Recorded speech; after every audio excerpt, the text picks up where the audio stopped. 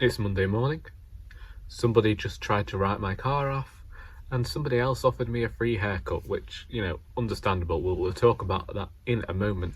Hi everyone, my name is Charlie, and this is the beginning of another reading vlog. So, I intended to get my haircut yesterday, ask the mother and everything, because I ain't paying for a haircut. And it didn't happen for a wealth of reasons, the main one being that I decided I was going to paint the outside of the bathroom instead. And my mother was also preparing the roast dinner that my sister and her fiance said they were coming around to experience, that sort of thing. And I mean, the hair's a mess today, but still, this person had previously offered me a free haircut years ago if I just modelled for him. Now, I've seen enough seedy documentaries and TV shows to know what that leads to, and quite honestly, I'm not into that sort of thing. Not for a free haircut anyway. I expect something a bit, more, like £500 on the dresser and a cup of tea. It's just who I am. I'm coming down the road by the shop and this person's on the right. I don't say that they can come out. No, because I'm driving and I'm very close to them as they appear, but they're not looking at my side of the road, and I didn't realise that until they nearly killed me. So I actually held my hand down on the horn because I was so incensed. And all she did was raise a hand in apology. I was like, expletive filled is what I was, and shaky. And as soon as I got into the shop, once I dealt with the man outside giving me a child's table and trying to give me a free haircut, which, yes, admittedly, it's a mess. I get it. But still, I don't want your free haircut. I know what you do. I know all about your dodgy dealings. I know all about the fact that you have been getting people into your salon, telling them that you'll train them how to be hairdressers, and you're not qualified to do that, and they end up having to go elsewhere, but they've lost a lot of money coming to you. I know all about the underhanded dealings there. I know about the fake watches in the back of the I know all these things. You keep yourself to yourself, mate. I don't want your free haircut. So yeah, forget the hair for a moment. This week it's going to be celebrating 9 years of Our Doris, and next year is going to be a decade of Our Doris, and I want to do something big to commemorate the occasion, and I just don't know what that is yet. At one point I did think about turning the first tale in the book, Slugs, into a play and getting that produced somewhere, but it takes a lot to get a play done, and I think a year maybe ain't going to do that. A friend of mine is about to have the premiere of her pilot episode of her TV show this Friday, of which I'm planning on attending, and I know the years of work that's gone into getting that done, and I know from experience the years that go into getting a play produced because of friends that have had plays produced. So I don't think that it's possible for me to do that in a year, but I need something. I want to commemorate a decade of Doris in a certain way.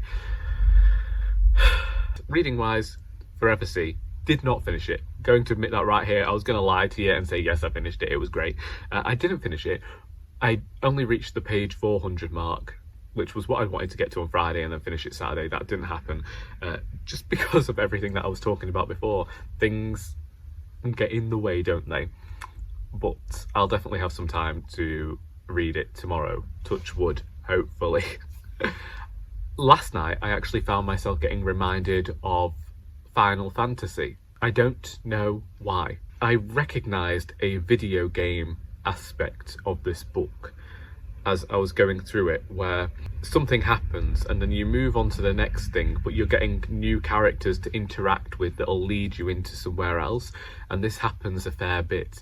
It happened with a new character when they reached a new place, and then that character palmed them off on somebody else, and then you had this almost little quest before moving on to the next thing, and there's something within there that very much reminded me of a video game. And then last night I realised it was Final Fantasy, specifically Final Fantasy X, because that's the one that I watched my cousin play when we were both staying at my nan's one summer, and he had this huge A4 book that he'd go through, and he played a game following the instructions in this book. And he was doing that because they just announced 10-2 or X2, whatever it was, the sequel, and he wanted to play that one first, and I wrote a story which pilfered from that entirely. But it was a fun summer. And this is what I'm getting reminded of. There are probably other video games that it's closer to, but I don't have a big enough knowledge of them when it comes to this. It's just the vivid world, the interactions the characters have, the way that they move through the story. I find myself very much reminded of that sort of storytelling. Anyway, car's not been written off, thankfully, and I'm not going to go to that man for a free haircut, regardless of how awful the hair looks today. I've sprayed so much hairspray on it because I just could not be bothered this morning. It's who we are, let's not forget that. I'm gonna go and have a cup of coffee, and I'll civvy when I civvy.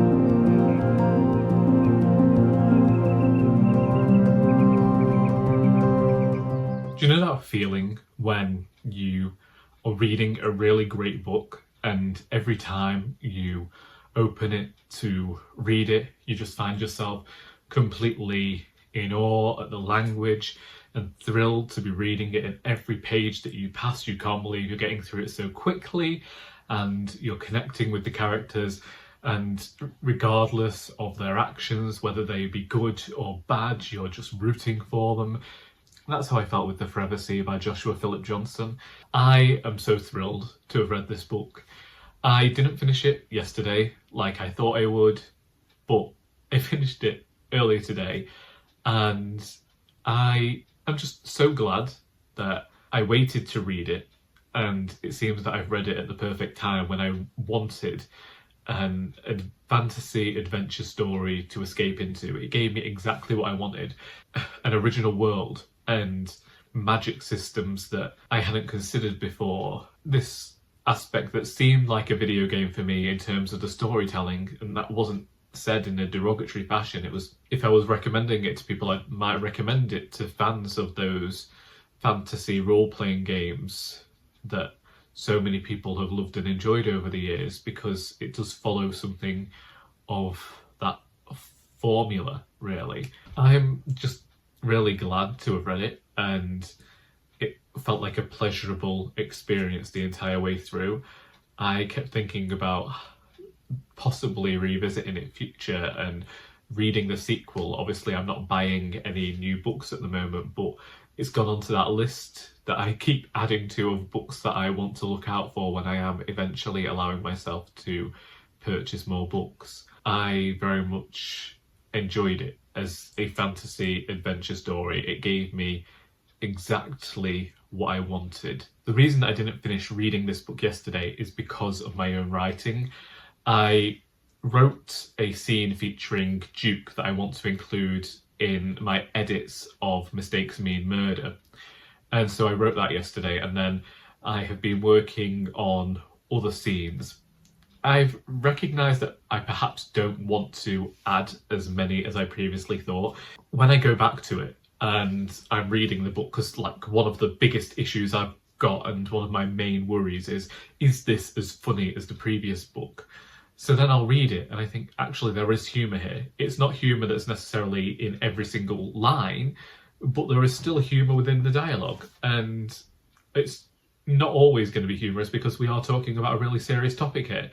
I do think that perhaps towards the end of last year, after everything happened that I said put me off reading grim books for a while, then there was a tendency towards a bit more darker storytelling where there was a lack of humour, but I think that I can still inject that humour back in there. 2 more scenes that I wish to write with Marmaduke, and then a little bit of editing on one of his scenes just to improve the flow a bit and give some reasoning behind it. I want to round off this subplot that runs throughout the book because I realise that there isn't actually any definitive end to this subplot. It's talked about a few times and almost jokingly and then forgotten. For Alice, there is one scene that I still need to properly rewrite. I've started that. And there is another scene that I want to write and insert into the book, and I've now found the point that I want to insert that. I also think that I am going to work on expanding the ending of the book. The final chapter, I feel, happens too quickly because I was in a rush to get it done, and I think that you can tell that in the reading of it.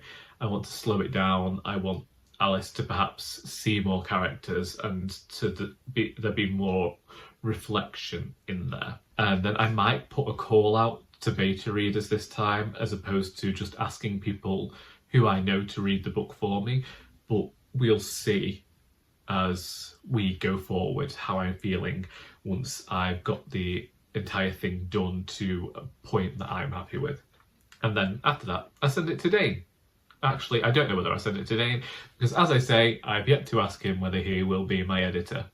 But for now, I'm going to go downstairs because I made myself a brew about 10 minutes ago and I'd like to drink it. So I'll civvy when I civvy. It's Friday and I've just received news that the volunteer for this morning is not able to come in. Therefore, I've managed to get somebody who can come in for a couple of hours, but need to find somebody to come in and cover the bit after they're not going to be here. I've already got a busy day ahead of me because one of our guest poets, and somebody I know because her mother is my former manager, Kitty Riggs, has the premiere of their TV pilot, Don't Lick the Walls, in Macclesfield this evening. So I finish here at 5 and have to get back through traffic to be there for that. That's at 7. So hopefully I can, it's should be hopefully too long, touch wood, all that. That should finish at 9 and then go home, shower, stay up for Doctor Who. Since I finished The Forever Sea on Wednesday, I have been reading The Sleeping Beauty by Elizabeth Taylor. However, I haven't read too much of it yet to really give you any sort of opinion, other than, for whatever reason, when I read this one, I feel particularly drowsy, which I find quite humorous given the title. But I won't be finishing that before the end of the weekend due to everything I've got on today and tomorrow, but we will see what happens on Sunday. It'd be nice to say that I finished 2 books this week at least, because I'll be filming a favourites video of June soon and I can't believe I've still only read 3 books. Oh well, I have been working on the second Ellis Valentine and I'm still hopeful that I can have it finished within the next 10 days. It's Saturday, so I am, as always, just here to round things off for the week. Yesterday ended up being busy at the shop, but I was lucky because a volunteer that stepped in for the morning found out that the other volunteer was getting here for 1, so chose to stick around until the afternoon, and then the afternoon volunteer stayed the whole time, so I was able to actually get work done in the back room. There's still work to be done today, but it did make things easier for me. Last night there was the premiere of the pilot episode of Don't Lick the Walls by Kitty Riggs at Cinemac, the local cinema in our heritage centre in Macclesfield. Kitty is somebody who I've mentioned on this channel before, as she is my former manager's daughter, and I followed her career since she was self-publishing ebooks. To see this as the culmination of everything she's been working towards for the last 4 years, because that was when she started this, of writing this scripts and trying to get the TV show produced, to see what's managed to appear and to have so many big name actors appear in it for free so that she could get this pilot produced in the hopes of getting a studio to take it on was, well, it was amazing. So much work had gone into it, and it was great to see that work pay off. I was astounded. I actually said, if I'd had the wherewithal and the courage to put this much money into one of my projects, maybe I'd have had a different career trajectory as well.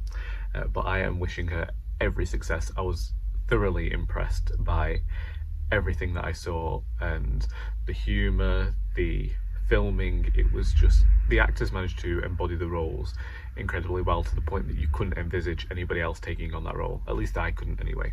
Then I went home, had a shower, practiced a little bit of Italian, and watched the final of this series of Doctor Who.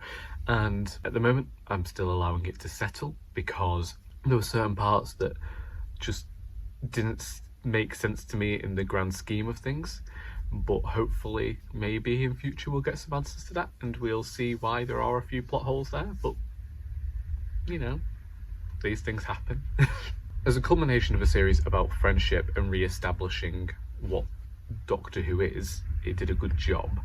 But in terms of relationships in the show, I don't feel like we'd seen them build to a certain point that it left them at here. So it did feel a bit lacking in places for me, but maybe upon a rewatch of the entire series it would make sense as one piece.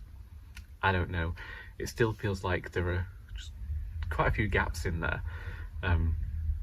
But we'll see. They filmed another series, they filmed a Christmas special, we'll see what that means. Which does mean that I didn't read anything last night. I will probably continue The Sleeping Beauty by Elizabeth Taylor tomorrow.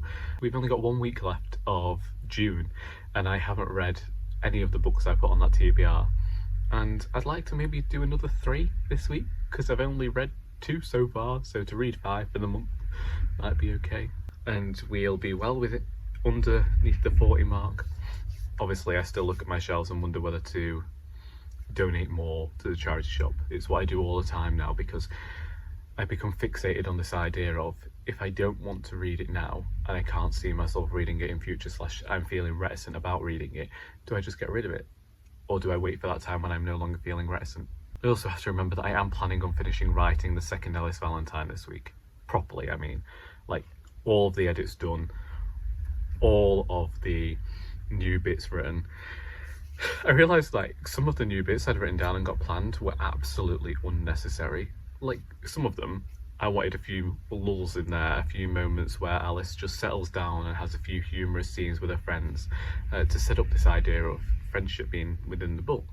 But there were some scenes I was planning, I was just like, you can save this for another book. It can go in this book or this book. It doesn't need to be in here. It's just a nice idea you had. This is what happens when I rewrite the plan so many times. So I end up with this. Which worked out well for creating red herrings and creating suspicious characters all over the place. That was fine. But now what I'm going to go and do is drink coffee and wait for my volunteers to get here. Either way, it's been a much better week in terms of reading and feeling than it has been in the last few. So if you would like to discuss anything that I've talked about within this video, then please feel free to do so in the comments. I hope that you've enjoyed this video, because until next time, that is all.